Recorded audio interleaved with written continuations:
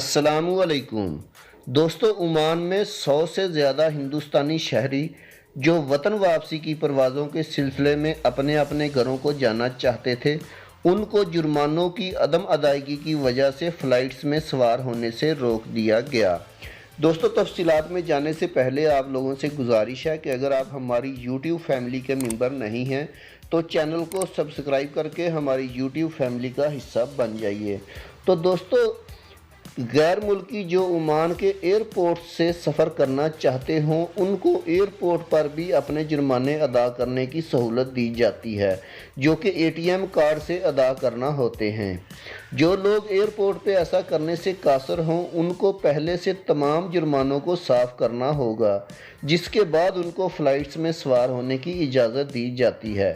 دوستو، مسقط میں ہندوستان کے سفارت خانے کے عہدیدار کا کہنا ہے کہ جن انڈین شہریوں کو پروازوں میں سوار ہونے سے روکا گیا ہے، اس میں جرمانے نہ ادا کرنا ہی وجہ نہیں تھی، بلکہ کچھ ہندوستانی شہریوں کے افرادی قوت کے معاملات اور عدالتی معاملات حل ہونے کے لیے التوا کا بھی معاملہ تھا، جس کی وجہ سے ان کو فلائٹس میں سوار ہونے سے روک دیا گیا تھا۔ سفارت خانے کے نمائندے نے مزید بتایا کہ ایک ہندوستانی شہری کا جرمانہ 450 ریال سے زیادہ تھا، جس کو ادا کرنے کے لیے ہم نے اس معاملے میں اس کی مدد کی۔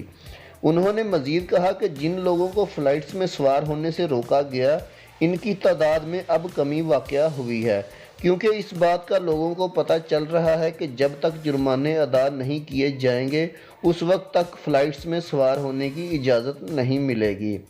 1 اگست 2020 کو لگ بھگ 17 ہندوستانی شہریوں کو سلالہ سے دہلی جاتے ہوئے فلائٹ میں سوار ہونے سے روکا گیا، جو کہ ایک فلائٹ میں سب سے زیادہ انڈین شہریوں کو روکے جانے کا معاملہ تھا۔ سلالہ میں انڈین سوشل کلب کے چیئرمین من پریت سنگھ نے کہا ہے کہ اس فلائٹ میں 20 افراد تھے جنہوں نے جرمانہ ادا نہیں کیا تھا۔ ان میں سے 3 افراد نے ایئرپورٹ پر اپنے جرمانوں کی ادائیگی کر دی تھی، جبکہ دوسرے 17 افراد اپنے جرمانے ادا کرنے سے قاصر تھے، اس لیے ان کو پرواز میں سوار ہونے سے روک دیا گیا تھا۔ من پریت سنگھ نے مزید کہا کہ انڈین سوشل کلب کچھ لوگوں کے جرمانے ادا کرنے کے لیے اقدامات کر رکھے ہیں، لیکن وہ بھی انتہائی معاملات میں، جبکہ ہر ایک کے لیے ایسا کرنا ممکن نہیں ہے۔ انہوں نے انکشاف کیا کہ ہم کچھ کمپنیوں کو ان معاملات میں مدد کے لیے کہا جو جرمانے صاف کرنے کی ضرورت تھی، لیکن خود کمپنیاں ایسا کرنے سے قاصر ہیں، کیونکہ کرونا وائرس نے سب کو متاثر کیا ہوا ہے۔ دوستو، یہ آرٹیکل ٹائمز آف عمان میں چھپا ہے۔